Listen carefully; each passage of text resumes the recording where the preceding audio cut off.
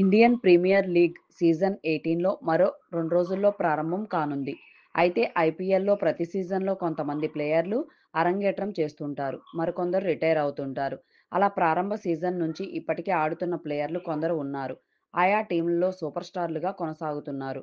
అయితే ప్రస్తుత IPL season పూర్తయ్యాక కొందరు టాప్ ప్లేయర్లు రిటైర్మెంట్ ప్రకటిస్తారని వార్తలు వినిపిస్తున్నాయి. అలాగే మరికొందరికి మరో అవకాశం లభించకపోవచ్చనే అభిప్రాయాలు ఉన్నాయి. ఈ లిస్టులో ఉన్న ప్లేయర్ల గురించి ఇప్పుడు చూద్దాం. 2008 నుంచి ధోనీ చెన్నై సూపర్ కింగ్స్ తరపున ఆడుతున్నాడు. సుదీర్ఘకాలం కెప్టెన్గా వ్యవహరించాడు. ఏకంగా 5 టైటిల్స్ అందించాడు. 2024 సీజన్కి ముందు కెప్టెన్సీ వదులుకున్నాడు. ఇప్పటి వరకు 229 మ్యాచుల్లో 39.13 యావరేజ్తో 137.54 స్ట్రైక్ రేట్తో 5,200 కంటే ఎక్కువ పరుగులు చేశాడు. ఇప్పటికే అనేక సార్లు ధోనీ ఐపీఎల్ వదిలేస్తున్నాడనే ప్రచారం జరిగింది. కానీ 2025లో కూడా ధోనీ ఆడబోతున్నాడు. అయితే ఇదే చివరికి సీజన్ అనే ఊహాగానాలు పెరుగుతున్నాయి. గతేడాది మొయిన్ అలీ అంతర్జాతీయ క్రికెట్కి రిటైర్మెంట్ ప్రకటించాడు. ఈ సీజన్లో కోల్కతా నైట్ రైడర్స్ తరపున ఐపీఎల్ బరిలో దిగుతున్నాడు. ఇటీవల కాలంలో మొయిన్ టీ20 ఫార్మాట్లో పెద్దగా రాణించలేకపోయాడు. దీంతో రాబోయే వేలంలో అతన్ని కొనడానికి ఫ్రాంచైజీలు ఆసక్తి చూపకపోవచ్చు. ఇదే మొయిన్కి చివరి ఐపీఎల్ కావచ్చని భావిస్తున్నారు.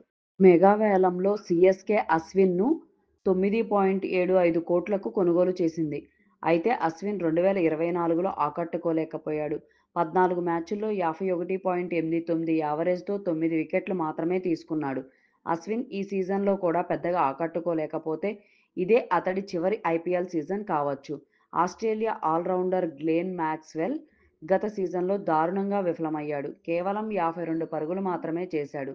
ఫిట్నెస్ సమస్యలతో ఇబ్బంది పడ్డాడు. ఇతడు ఐపీఎల్లో కొనసాగాలంటే ఈ సీజన్లో ఖచ్చితంగా మంచి ప్రదర్శన చేయాలి. ఈసారి కూడా ఆకట్టుకోలేకపోతే మరో అవకాశం లభించటం కష్టమే.